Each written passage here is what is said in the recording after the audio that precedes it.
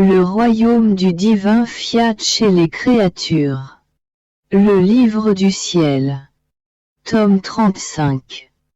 Ma douce vie, mon très grand bien, Jésus, viens à mon aide.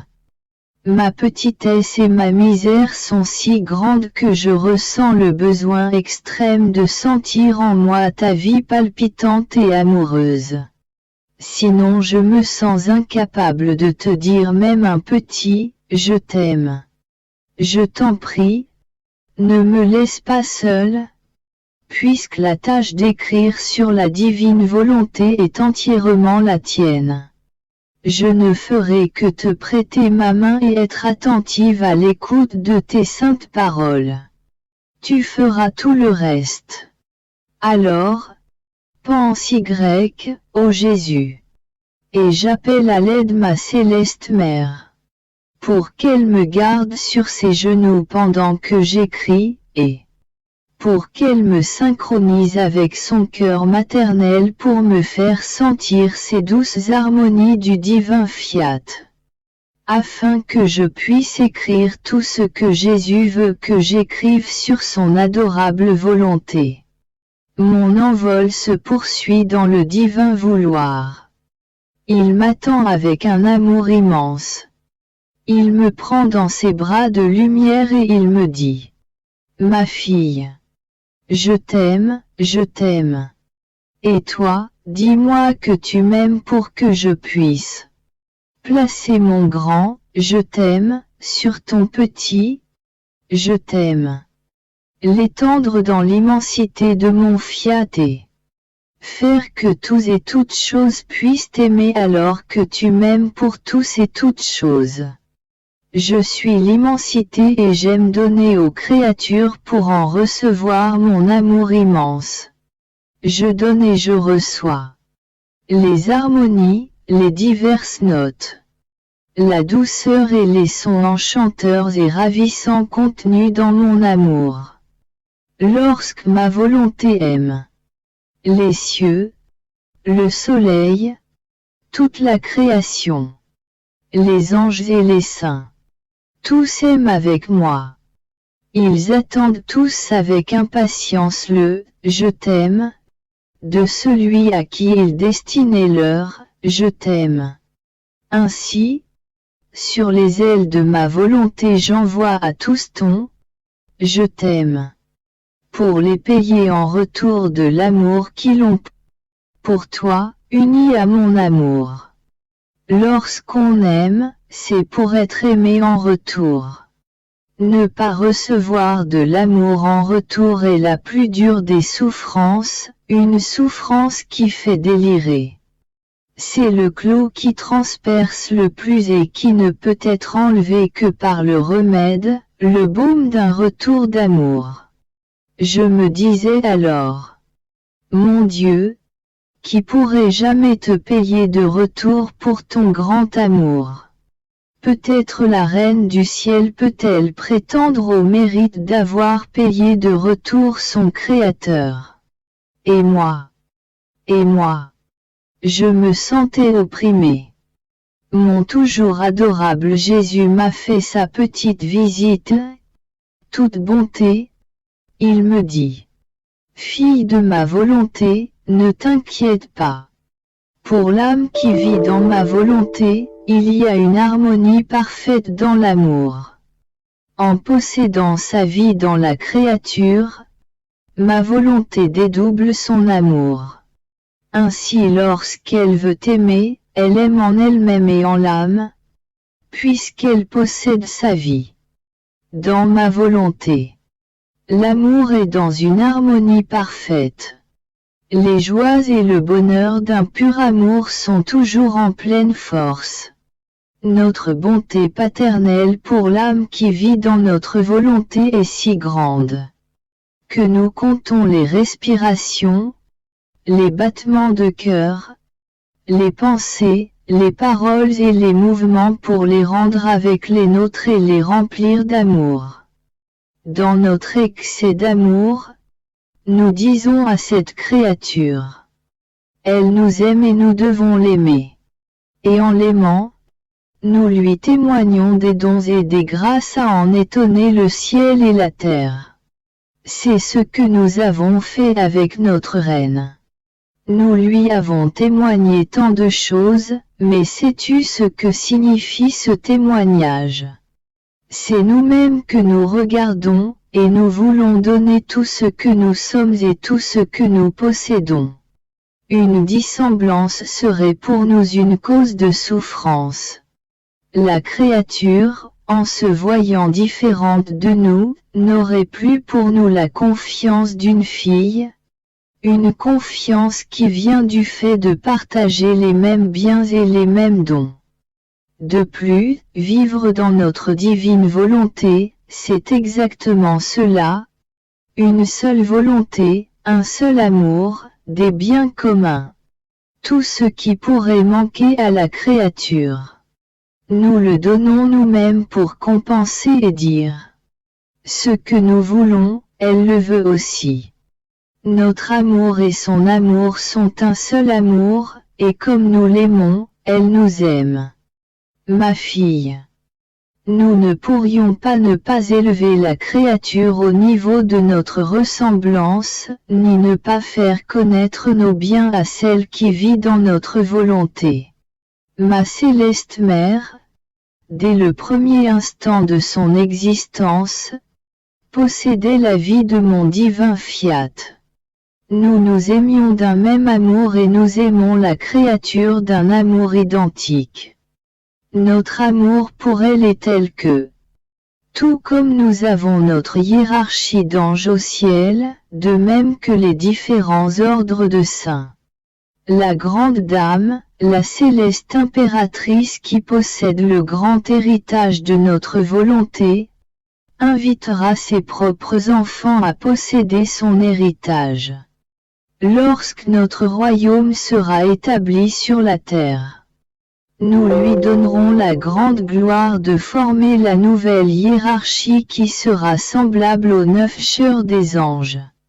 Elle aura le chœur des séraphins, des chérubins, etc., ainsi que le nouvel ordre des saints qui vivaient dans son héritage. Elle les aura formés sur la terre et les emmènera au ciel en s'entourant de la nouvelle hiérarchie, celle des nouveau-nés dans le divin fiat. Nés dans son propre amour, ceux qui vivaient dans son héritage. Ce sera l'accomplissement de l'œuvre de la création, notre consummatum est. Nous aurons le royaume de notre volonté parmi les créatures grâce à l'héritier céleste qui a voulu donner sa vie. Pour chacune d'elles. Pour que son règne arrive. Combien nous serons glorifiés et heureux lorsque la reine souveraine aura sa propre hiérarchie tout comme nous avons la nôtre. Bien plus encore puisque notre hiérarchie sera également la sienne et la sienne sera la nôtre. Car tout ce qui est fait dans notre volonté est inséparable. Si tu savais combien cette céleste reine aime les âmes, image fidèle de son Créateur, elle trouve en elle-même les mères d'amour, de grâce, de sainteté, de beauté et de lumière. Elle regarde alors les créatures et veut se donner tout entière avec toutes ses mères pour que les créatures puissent avoir leur maman avec toutes ses richesses. C'est pour elle une grande douleur de voir ses enfants si pauvres alors que leur mère est si riche. Elle voudrait les voir dans ces mers d'amour, aimant comme elle leur Créateur, cachés dans sa sainteté, embellis par sa beauté, comblés de sa grâce. Mais elle ne les y voit pas. Si elle n'était pas dans un état de gloire où les souffrances n'ont pas de place, elle mourrait de douleur pour chaque créature qui ne vit pas dans la divine volonté. Par conséquent, elle prie sans cesse. Elle met toutes ses mères dans ses prières pour supplier que la divine volonté soit faite sur la terre comme au ciel. Notre amour est si grand que par la vertu de notre volonté, elle se dédouble en chaque créature pour préparer l'intérieur de son âme, la synchroniser avec son cœur maternel en la serrant dans ses bras pour la disposer à recevoir la vie du divin fiat. Oh! Combien elle prie en chaque cœur notre adorable Majesté en disant: à toi, je ne peux plus contenir mon amour. Je veux voir mes enfants vivre avec moi dans cette divine volonté qui forme toute ma gloire, ma richesse, mon grand héritage. Fais-moi confiance. Je saurai comment défendre mes enfants et ta volonté qui est aussi la mienne. L'amour de cette céleste reine et mère est insurpassable. Ce n'est qu'au ciel que les créatures sauront combien elle les aime, et tout ce qu'elle a fait pour elles. Son acte le plus exubérant, le plus grand et le plus magnanime est de vouloir que ses enfants possèdent le royaume de ma volonté comme elle-même le possède. Oh! Que ne ferait pas pour cela la céleste dame? Toi aussi, uni à elle, prie pour un dessein aussi saint. Mon envol continue dans le divin vouloir. Mais ces surprises sont toujours nouvelles, investies d'un amour qui fait notre ravissement et qui laisse débordant d'une joie telle que l'on voudrait rester caché en lui, sans jamais le quitter. Oh! Adorable volonté! Combien je voudrais que tout te connaisse pour t'aimer et le laisser régner, et se laisser prendre dans ton filet d'amour. Je pensais cela lorsque mon doux Jésus rendit visite à ma petite âme et toute bonté, il me dit: petite fille de ma volonté, les surprises, les nouveautés, les secrets et les attirances de ma volonté sont innombrables. Celle qui veut y entrer en demeure renouvelée et magnétisée dans la mesure où elle ne veut plus en sortir. Elle ressent son empire divin et le baume céleste qui, en changeant sa nature, l'élève à une vie nouvelle. Tu dois savoir que la divine volonté accorde tant de pouvoir à la créature qu'elle ressent son empire même dans ses plus petits actes. Si elle aime, elle ressent l'empire de son amour. Si elle parle, elle ressent sa force créatrice. Si elle travaille, elle ressent l'empire et la vertu de ses œuvres qui l'entourent et apportent cette volonté à chaque cœur pour la faire régner et dominer en lui. Notre volonté sent son propre empire dans l'acte de la créaturée. Se sent forcée de donner ce que la créature veut dans cet acte. Si elle veut aimer, elle nous fait aimer dans cet acte et elle obtient pour nous de l'amour. Si elle veut que notre volonté règne, elle nous amène par son propre empire au point de prier que tous puissent recevoir notre volonté. Un acte dans notre volonté ne s'arrête jamais. Il nous dit: je suis votre acte. Vous devez me donner ce que je veux. On peut dire qu'il prend le contrôle sur notre puissance, la dédouble et la multiplie. La créature, bien qu'elle nous implore, ne demande pas, mais prend tout ce que veut son acte. D'autant plus que dans notre volonté, nous ne voulons pas qu'un acte soit différent de nos propres actes. Par conséquent, nous nous laissons régir et dominer. Puis Jésus garda le silence. Je suis incapable d'exprimer ce que je ressentais. Mon esprit était si magnétisé par ses paroles et investi par son empire que je voulais donner ma vie pour que tout le monde le connaisse. Et mon bien-aimé Jésus reprit: ma fille, Il n'y a pas de quoi être surprise. Tout ce que je te dis est pure vérité. Ma volonté est tout et peut faire toutes choses. Ne pas mettre dans notre propre condition celle qui vit dans notre volonté, cela n'est pas de notre être suprême. La créature qui peut tout au plus nous voir dans ce qui est naturel. Lorsqu'elle vit dans notre volonté, se reconnaît elle-même comme grâce, participation et expression de notre amour et de notre volonté. C'est ainsi que ma volonté veut que la créature soit. Par conséquent, nous voulons qu'elle vive dans notre vouloir afin que ses actes et les nôtres puissent être fusionnés et résonner d'un seul timbre, d'une seule valeur, d'un seul amour. Nous ne pouvons ni ne voulons résister à un de nos actes. De plus, tu dois savoir que la vie dans notre volonté est unité. Si la créature aime, Dieu est toujours à la tête de son amour. Ainsi, son amour et celui de la créature sont un seul amour. Si la créature pense, Dieu est à la tête de ses pensées. Si elle parle, Dieu est la source de ses paroles. Si elle travaille, Dieu est le premier acteur opérant dans ses œuvres. Si elle marche, Dieu conduit ses pas. La vie dans ma volonté n'est rien d'autre que la vie de la créature en Dieu et la vie de Dieu en elle.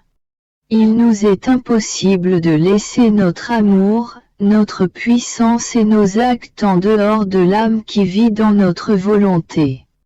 Si la volonté est une, tout le reste va de soi. Unité de l'amour. Unité des œuvres. Unité de choses. C'est pourquoi la vie de notre divin Fiat est le prodige des plus grands prodiges. Un prodige encore jamais vu et jamais encore entendu. Nous voulions faire ce prodige que seul un Dieu peut accomplir dans la créature parce que nous ne pouvions plus contenir l'exubérance de notre amour. Mais la créature, ingrate, n'a pas accepté. Cependant, nous n'avons pas changé notre volonté. Bien que notre amour ait été entravé et réprimé, il nous tourmente et nous utiliserons de tels excès d'amour, d'industries et de stratagèmes que nous obtiendrons que notre volonté soit une avec la créature. Je me sens emporté dans les vagues du divin vouloir qui veulent pénétrer au plus profond de mon âme, pour se faire connaître et pour me faire ressentir sa vie, ses joies célestes. Les biens immenses que la divine volonté veut donner à tous ceux qui vivent en elle. Mon bien-aimé Jésus semble attendre avec impatience pour continuer à parler du divin Fiat. Toute bonté il me dit. Ma bienheureuse fille, je suis tellement heureux lorsque je vois que l'âme est disposée à m'écouter, à recevoir le grand don apporté par ma parole. Je ne parle que si je vois l'âme bien disposée. En fait, si elle ne l'est pas, ma parole ne peut pas accorder ce don qu'elle-même génère.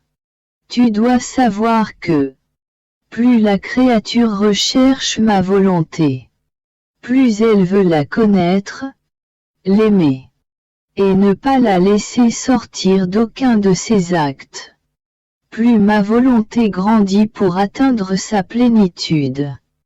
Il suffit d'une petite attention, d'un soupir, du désir de vouloir sa vie. Oh! Combien elle grandit merveilleusement! Jusqu'à atteindre les hauteurs de la sphère divine. Jusqu'à connaître les secrets les plus élevés et les plus intimes. Ma volonté est vie, et la vie ne veut pas s'arrêter. Elle veut continuellement grandir et pour cela elle attend le plus petit acte, la plus petite invitation amoureuse de la créature. Elle ne veut pas que sa croissance soit forcée. Mais elle désire que ce soit la créature qui désire la croissance continuelle et la plénitude de ma volonté. En même temps que ma volonté grandisse dans son âme.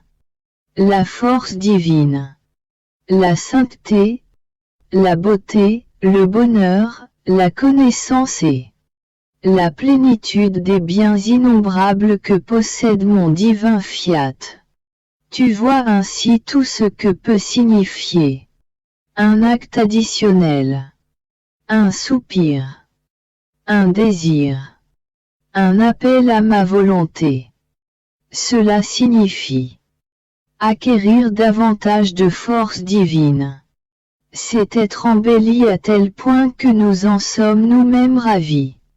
Nous la regardons sans cesse, nous reconnaissons en elle notre force et notre bonté, et combien alors nous l'aimons. Nous sommes d'autant plus heureux qu'elle est pour nous porteuse de nos joies et de nos biens. Devant cette créature notre amour grandit. Il déborde et il se déverse sur elle au point de la remplir et de former en elle et autour d'elle un labyrinthe d'amour impatient. Un ardent désir de faire grandir la plénitude de notre volonté.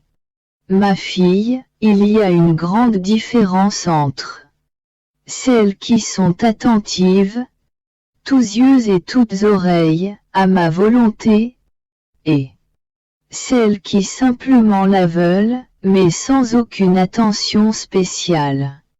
Il semble que celles-là n'ont pas Dieu pour la voir, de cœur pour l'aimer, ni de voix pour l'appeler en toutes choses.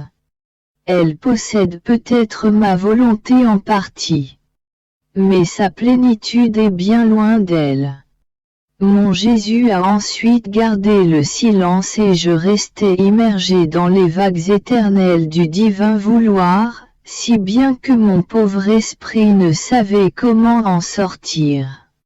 J'ai eu envie de dire, Jésus, c'est assez pour maintenant. Mon esprit ne peut pas contenir tout ce que tu veux me dire. Mon doux Jésus, plaçant sa main sur mon front, poursuivit. 4. Ma fille, continue à écouter. Vois jusqu'où peut parvenir une âme qui vit dans ma volonté. Ma volonté la rend consciente de toutes nos œuvres. Notre être suprême maintient continuellement ses œuvres en action. Pour nous, le passé et l'avenir n'existent pas. Le Père céleste génère continuellement son Fils. Et entre le Père et le Fils procède le Saint-Esprit. Telle est la vie en nous-mêmes, qui comme le cœur et la respiration forment notre vie, générant et procédant continuellement. Autrement, il nous manquerait la vie. De la même manière que la vie manquerait à la créature. Si son cœur ne battait pas et si elle ne respirait pas continuellement. Dans cette génération et procession continuelle, nous formons des joies, des bonheurs et des satisfactions immenses et si grandes que nous sommes incapables de les contenir en nous-mêmes. Elles débordent et forment la joie et le bonheur du ciel tout entier. C'est de ces biens immenses produits par la génération continuelle du Verbe et par la procession du Saint-Esprit que sont sortis la somptuosité et la magnificence du moteur de la création tout entière. La création de l'homme, la conception de la Vierge Immaculée et la descente du Verbe sur la terre. Tout cela et bien plus encore se reproduit toujours dans notre être divin, Ainsi que le Père génère sans cesse son Fils et que le Saint-Esprit procède. Celle qui vit dans notre volonté est spectatrice de ces prodiges divins. Elle reçoit continuellement le Fils généré par le Père, et le Saint-Esprit qui toujours procède. Oh! Combien de joie, d'amour et de grâce elle reçoit! Elle nous donne la gloire de cette génération permanente. Nous générons toujours dans notre volonté et elle trouve la création tout entière en acte. Nous accordons de droit à cette créature tous les biens de la création. Elle est la première glorificatrice de tout ce que nous avons créé. Elle trouve en acte la Vierge conçue. C'est mère d'amour, toute sa vie. La Vierge lui donne la possession de tout.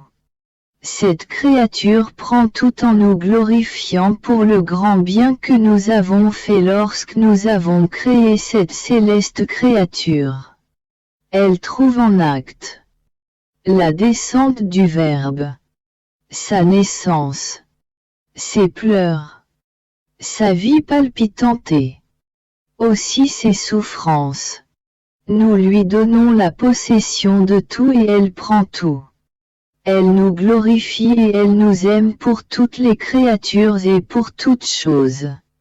Dans notre volonté, la créature peut dire « Tout est à moi » et Dieu lui-même ainsi que la divine volonté. Par conséquent, elle ressent le devoir de nous glorifier et de nous aimer. En chaque chose et en chaque créature. Il nous est impossible de ne pas donner à celle qui vit dans notre volonté ce que nous avons fait et ce que nous continuons à faire. Notre amour ne le supporterait pas. Il nous ferait souffrir. D'autant plus que nous ne perdons rien en donnant. Au contraire, nous nous sentons plus glorifiés et ravis si la créature vit avec nous, consciente de toutes nos œuvres et les possédant toutes. Pouvoir dire, tout ce qui est à nous est à toi, constitue notre plus grand bonheur. La désunion n'apporte jamais aucun bien. Le tien et le mien brisent l'amour et produisent le malheur. Dans notre volonté, la désunion n'existe pas, ni le tien et le mien. Car tout est en parfaite harmonie. Mon vol dans le divin vouloir continue. Ses attirances et ses charmes deviennent plus insistants. Son désir de vivre dans l'âme est tel qu'il emprunte tantôt l'attitude de la prière, tantôt de la supplication, tantôt celui de la promesse, au point de promettre à la créature des dons nouveaux, plus merveilleux et inattendus, si elle le laisse régner. Seuls des ingrates pourraient résister à autant d'attention. Mon esprit était envahi par toutes les supplications et tous les soupirs du divin Fiat. Mon doux Jésus, ma chère vie, est revenu me faire une petite visite.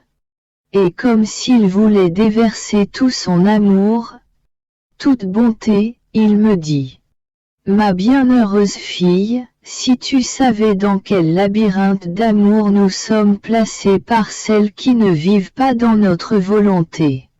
Je peux dire que pour chacun des actes qu'elles accomplissent, chaque parole, pensée, battement de cœur, chaque souffle que nous ne voyons pas couler dans notre volonté, la vie de notre volonté et de notre amour demeure réprimée. Notre volonté en ressent tant de peine qu'elle éclate en sanglots. Elle gémit et soupire parce qu'elle ne trouve pas sa vie, ses actes, ses battements de cœur, ses paroles et la sainteté de notre intelligence dans la créature. Elle se sent mise de côté et rejetée de l'intérieur de la créature et de tout ce qu'elle fait. Elle sent que son amour est étouffé et que ses bras sont liés, incapables d'uvérer dans la créature. Ma fille, quelle douleur! Pouvoir donner la vie et ne pas la donner. Pouvoir parler avec des paroles humaines et en être réduit au silence parce que la créature ne lui laisse aucune place dans ses paroles. Pouvoir aimer avec notre amour dans son cœur, et ne pas trouver d'endroit où le mettre. Oh! Combien notre amour demeure entravé, presque sans vie, parce que la créature ne vit pas dans notre volonté. Maintenant tu dois savoir que lorsque l'âme agit dans notre divine volonté, Dieu devient son modèle et l'acte devient la matière nécessaire pour recevoir le divin modèle. Par conséquent, notre bonté plus que paternelle est toute attentive pour voir ce que fait l'âme qui vit dans notre volonté. Si elle s'apprête à penser, à parler ou à travailler, notre volonté scelle en elle le modèle de sa sagesse, le modèle de sa parole créatrice et la sainteté de ses œuvres. Notre amour est tel que nous voulons devenir. La vie de sa vie, le cœur de son cœur et l'amour de son amour. Notre désir d'amour est tel que nous voulons faire d'elle notre image. Nous ne pouvons obtenir cela qu'avec celle qui vit dans notre volonté. Car il ne lui manque pas alors la matière dont nous avons besoin pour réaliser notre image. Après quoi Jésus poursuivit en insistant beaucoup, 5. Ma fille, notre amour est si grand que nous ne faisons rien d'autre que d'accorder des dons à la créature. Le premier don a été la création tout entière. Puis ce fut la création de l'homme. Combien de dons n'a-t-il pas reçu? Le don d'intelligence, dans lequel nous avons placé le modèle, l'image de notre très sainte Trinité. La vue, l'ouïe, la parole sont des dons que nous lui avons accordés. Non seulement nous lui avons fait ces dons, mais nous avons également entrepris de les préserver en demeurant dans l'acte de toujours les lui donner. Notre amour consiste à faire un don, de telle sorte que nous ne nous en détachons pas. Nous restons à l'intérieur de ce don pour le garder et le mettre en sécurité. Oh! Combien notre amour est exubérant, combien il nous attache partout. Notre amour nous laisse faire ses dons, mais il ne les laisse pas à la merci de la créature, car elle n'aurait pas la vertu de les préserver. C'est pourquoi nous nous offrons pour les préserver. Pour aimer encore plus la créature, nous nous plaçons dans l'acte de les donner continuellement. Que puis-je encore te dire, ma fille? Sur le grand don que nous avons fait à la créature en créant sa volonté humaine. En premier, nous avons créé l'espace, puis le ciel, les étoiles, le soleil, l'air et le vent, etc. Cet espace devait me servir à la création de toutes les autres œuvres. Ce ne serait pas une œuvre digne de notre sagesse que de créer les choses sans avoir l'espace où les placer. De la même manière, en créant la volonté humaine, nous avons créé le vide, l'espace, où mettre le grand don de notre très sainte volonté que nous avons donné à l'homme. Cet espace devait servir à notre volonté agissante. Nous devions y mettre les cieux les plus immenses, les soleils les plus brillants. Non pas simplement un seul, mais un pour chaque acte que l'homme accomplirait. Par conséquent, si la création devait servir l'homme, cet espace de la volonté humaine devait servir son Dieu et former ses délices en le laissant toujours capable de former son trône, sa chambre divine. J'ai fait à l'homme le dos de former cet espace en lui afin d'avoir l'endroit où communiquer avec lui, d'être seul avec lui, en sa douce compagnie. Je voulais avoir ma chambre secrète. Mon amour voulait lui dire beaucoup de choses.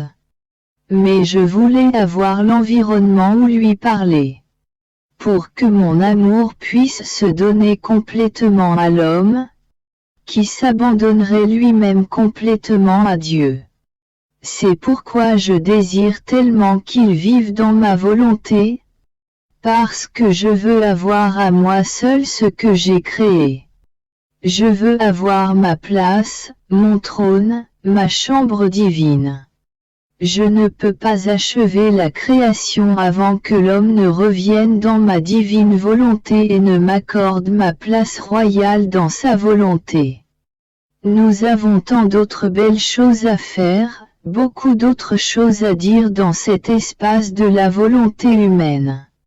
Mais nous ne pouvons ni les dire ni les faire. Parce que notre volonté est absente, et parce que notre espace est tout encombré. Nous n'avons pas d'endroit où mettre nos œuvres. Si nous voulons parler, il ne nous comprendra pas. Il n'aura même pas les moyens d'entendre. Par conséquent, nous accomplirons des prodiges inouïs pour retrouver ce qui est à nous. L'espace est notre chambre divine. Et toi? Prie et souffre pour que je puisse retrouver ce qui est à moi. Ne me refuse pas l'espace de ta volonté humaine. Pour que mon amour puisse s'y déverser et pour que je puisse poursuivre l'œuvre de la création. Je suis entre les bras du divin vouloir. Il m'aime tellement qu'il ne me laisse pas quitter ses bras plus que paternels pour me garder et m'élever comme il veut. Et s'il m'entend dire que je l'aime, oh! Combien il se réjouit et m'entoure des mers de son amour qui me répètent à chaque instant combien il m'aime. Et mon doux Jésus, rendant visite à ma pauvre âme et me trouvant dans les bras de sa volonté, me dit tout joyeux. Ma bienheureuse fille. Combien j'aime te trouver toujours abandonnée dans ses bras. Ta destinée est assurée. Tu seras nourrie de notre propre nourriture. Nous aurons les mêmes biens. Tu dois savoir que le seul but de la création était exactement celui-ci.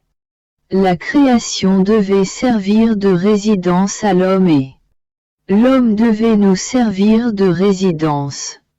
Nous voulions former autant de nos vies que de créatures à qui nous donnions le jour. Chacune d'elles devait posséder notre vie, une vie d'action et de parole car nous ne pouvons être sans parler ni agir. Sinon, ce serait former des prisons pour nous-mêmes. Des prisons qui nous imposeraient le silence et l'inutilité. Notre être suprême parle et agit. La parole annonce les œuvres. Et les œuvres manifestent qui nous sommes en formant des béatitudes et des joies qui font nos délices et ceux des créatures qui vivent avec nous. Par conséquent, chacune de nos paroles et de nos œuvres est pour nous une joie nouvelle et un bonheur nouveau que nous créons pour nous. C'est pourquoi nous voulons créer dans l'homme une vie qui parle et agit. Nous devions créer ces merveilles de notre être divin. Pour créer toujours plus de nouvelles et merveilleuses créations. Nous voulions montrer à tous ce que nous pouvons et savons faire. La voie vers une joie et un bonheur nouveau. Et où tout cela nous mène-t-il? Dans notre résidence, qui est l'homme. Mais veux-tu savoir qui est notre parole? C'est notre volonté. Elle est l'opératrice de nos œuvres, la narratrice de notre être divin, la porteuse et la gardienne de notre vie dans la créature. Sans elle, nous ne quittons pas notre trône et nous ne formons aucune vie dans aucune résidence. Vois-tu la grande nécessité de posséder notre divine volonté et de vivre en elle? Avec elle, nous pouvons tout faire. Réaliser nos plus belles œuvres. Maintenir la portée de notre action. Former les vies de notre être autant que nous le voulons. Sans notre volonté, tout est entravé. Notre amour, notre puissance, nos œuvres, tout est arrêté. On pourrait dire que nous sommes pour les créatures un Dieu muet. Quelle ingratitude! Quel crime de nous réduire au silence! Nous voulions honorer les créatures par notre vie en elles. En faire les résidences pour nos délices et nos émerveillements. Et elles nous ont rejetés sans nous accorder la liberté de former cette vie. Elles ont plutôt accordé une résidence aux passions, aux péchés et aux vices les plus horribles. Pauvre homme, sans notre volonté, sans dessein divin. C'est comme s'il voulait vivre sans respirer, sans un cœur qui bat et sans circulation du sang qui sont les fondations de la vie humaine. Quelle vie pourrait-il avoir? Ne serait-ce pas plutôt comme se tuer sur place? Telle serait notre vie dans la créature. Pas de cœur qui bat, pas de mouvement et pas de parole. Une vie tourmentée et oppressante qui finit par la mort. Il est vrai que toutes les créatures existent dans notre puissance et notre immensité. Nous sommes en chacune et partout. Mais sans notre divin vouloir en elles, les créatures ne nous entendent jamais parler. Elles ne comprennent rien à notre être suprême. Si elles vivent dans notre immensité, c'est parce que rien ne peut être en dehors de nous. Les hommes ne se sentent pas comme s'ils étaient nos fils, mais ils sont pour nous comme des étrangers. Quelle douleur! Avoir tant de choses à dire, et garder le silence. Pouvoir faire tant de merveilles, et être incapable de les accomplir parce que notre volonté ne règne pas en eux. Et pourtant notre amour est tel qu'il ne s'arrête pas. Nous ne les quittons pas des yeux pour voir qui veut vivre dans notre volonté, nous tendons l'oreille pour savoir qui l'appelle. Nous sommes tout amour pour placer notre grand amour sur le petit amour de la créature. Dès que nous voyons qu'elle est disposée, nous formons notre parole et nous lui disons l'histoire de notre volonté, la longue histoire de notre amour éternel. Combien nous l'aimons. Combien nous soupirons après l'amour. Tu dois savoir que lorsque nous aimons sans trouver quelqu'un qui nous aime, notre amour ne sait où se tourner pour être aimé en retour. Il erre partout en trépignant d'impatience et délire. Et s'il ne trouve pas même un petit « je t'aime » d'une créature sur quoi se reposer, il se retire en nous-mêmes dans notre centre d'amour. Mais il le fait avec une souffrance qu'un esprit créé ne peut comprendre. Les souffrances d'un amour sans retour sont indicibles. Elles surpassent toutes les autres. Nous voulons toujours donner, nous sommes dans un acte continuel de don. Mais nous voulons trouver dans la créature la volonté de recevoir. Un désir, un soupir. Un petit espace où placer notre volonté et tout ce que nous voulons donner et faire. Ses désirs et ses soupirs sont comme des oreilles qui nous écoutent, des yeux qui nous regardent, des cœurs qui nous aiment, des esprits qui nous comprennent. Si nous ne trouvons pas ces petits espaces, nous ne pouvons rien donner à la créature qui reste aveugle, sourde, muette et sans cœur. Par conséquent, notre volonté est chassée. Et elle retourne dans l'espace de nos célestes régions. Entièrement investie dans la volonté divine, je ne continuais tchou à penser à elle. Je priais mon cher Jésus de m'aider et de me garder enfermé dans son cœur pour que je puisse y vivre et ne rien connaître hormis sa volonté. Il est revenu et il m'a dit: Ma fille, tous les biens de la créature sont liés à ma volonté. Si elle se délie de ma volonté, tous les biens sont perdus. Tu dois savoir que chaque fois qu'elle fait sa volonté humaine, elle perd la volonté divine et tous ses biens. Elle perd tout ce qui est beau, tout ce qui est saint et tout ce qui est bon. C'est une perte incalculable. La pauvre créature est jetée dans la plus terrible misère. Elle perd ses droits sur tout ce qui est bon et elle est constamment malheureuse. Même si elle semble avoir des biens, ce n'est qu'en apparence, ils finissent par la torturer entièrement. Par contre, chaque fois qu'elle décide de faire ma divine volonté avec fermeté, elle perd sa volonté humaine avec ses misères et ses passions. Elle perd tous les maux, les misérables guenilles et les vêtements dégoûtants que la volonté humaine avait formés. Quelle heureuse perte! Perdre des maux et des misères est une gloire et une victoire. Mais perdre des biens, c'est une lâcheté et un déshonneur. Si elle le veut, la créature peut recouvrer la grande perte de ma volonté, une perte qu'elle a subie en faisant sa propre volonté. Elle recevra alors l'aide de notre puissance, de notre amour et de notre propre volonté. En retrouvant ses droits sur tous les biens, elle sera défendue afin de regagner la bataille perdue. Mon pauvre esprit est assiégé par la divine volonté. Je veux tellement parler de ces vérités que je suis tout simplement incapable de les retenir parce que ma capacité est trop petite. Je suis obligé de lui dire: Arrête un peu maintenant, Jésus. Tu veux dire trop de choses et je ne suis pas capable de les retenir.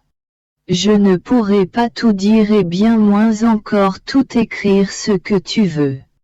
Et mon doux Jésus, par compassion pour ma petitesse et toute tendresse, me dit: Ma fille de ma volonté, ne t'inquiète pas.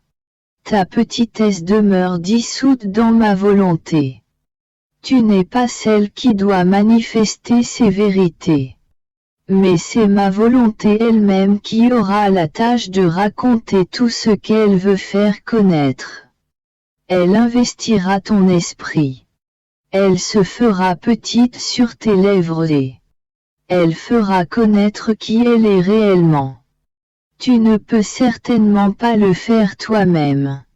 Mais si tu places ta volonté dans la nôtre, nous arrangerons tout et nous ferons connaître tout ce que nous voulons dire. Tu dois savoir que nous voulons faire du bien aux créatures, ou révéler une vérité, ce qui est le plus grand bien que nous puissions leur faire. Car en parlant nous faisons un don qui mûrit d'abord dans le sein de notre divinité. Et lorsque nous ne pouvons plus le contenir, parce que notre amour veut tellement que les créatures le possèdent, au point de ne plus pouvoir contenir notre impatience et de languir du désir de voir ce bien transmis aux créatures, alors nous vous le donnons. Nous nous trouvons dans la condition douloureuse d'une pauvre mère qui, arrivée au terme de sa grossesse, sent qu'elle mourrait si elle ne donnait pas le jour à son bébé. Nous ne pouvons pas mourir. Mais si nous ne donnons pas le jour au bien auquel nous voulons donner naissance, notre amour atteint de tels excès que, si les créatures pouvaient le voir, elles comprendraient à quel point un Dieu peut aimer et combien elles le peinent lorsqu'elles n'acceptent pas le don qu'il veut leur faire.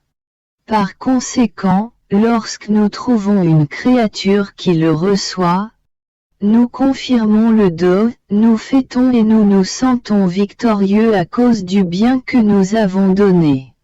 Et notre bébé, mis au jour avec tant d'amour et reçu par une créature, circulera parmi toutes les créatures grâce à sa vertu génératrice.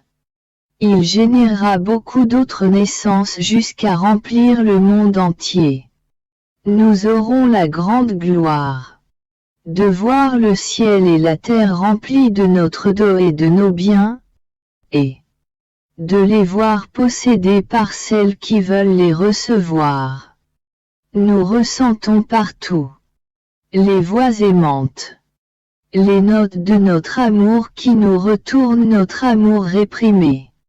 Nous n'aurions pas pu accorder notre don si nous n'avions pas trouvé au moins une créature désireuse de le recevoir. Faire le bien est pour nous une passion.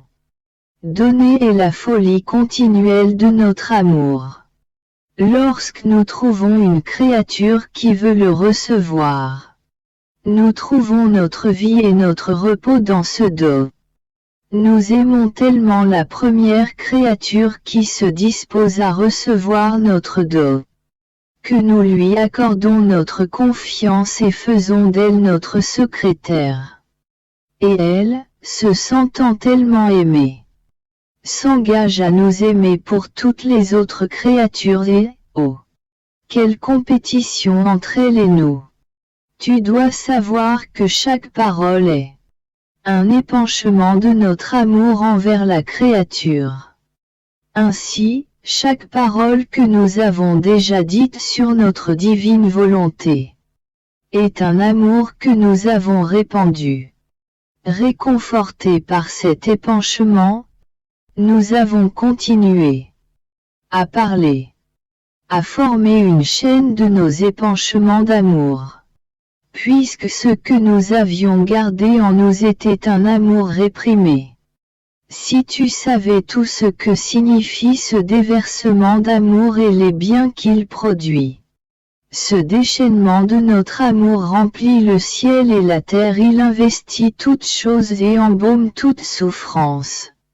Il devient le jour dans la nuit de la culpabilité, convertissant les pécheurs, assurant la marche de celui qui avance en boitant dans le bien, affermissant les bons. En somme, il n'y a pas un bien qu'une parole de notre épanchement d'amour ne puisse faire. Par conséquent, nous laisser parler est le plus grand bien que puisse faire la créature. C'est un retour d'amour.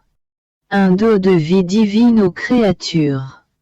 C'est la plus grande gloire que nous puissions recevoir. Y a-t-il une chose qu'une de nos paroles ne puisse pas faire? Elle peut tout faire. On peut dire que si une créature est disposée à l'écouter, elle donne vie à notre parole. Puisque nous ne parlons jamais si nous ne trouvons pas quelqu'un qui veuille écouter. Celle qui nous écoute nous aime tellement que c'est pour nous comme si elle voulait nous donner vie parmi les créatures. Alors nous mettons notre vie à sa disposition. Par conséquent, écoute avec attention. Laisse-nous répandre notre amour. Parce que souvent, lorsque nous n'avons personne à qui exprimer notre amour, Ces épanchements sont transformés en justice. Jésus a gardé le silence.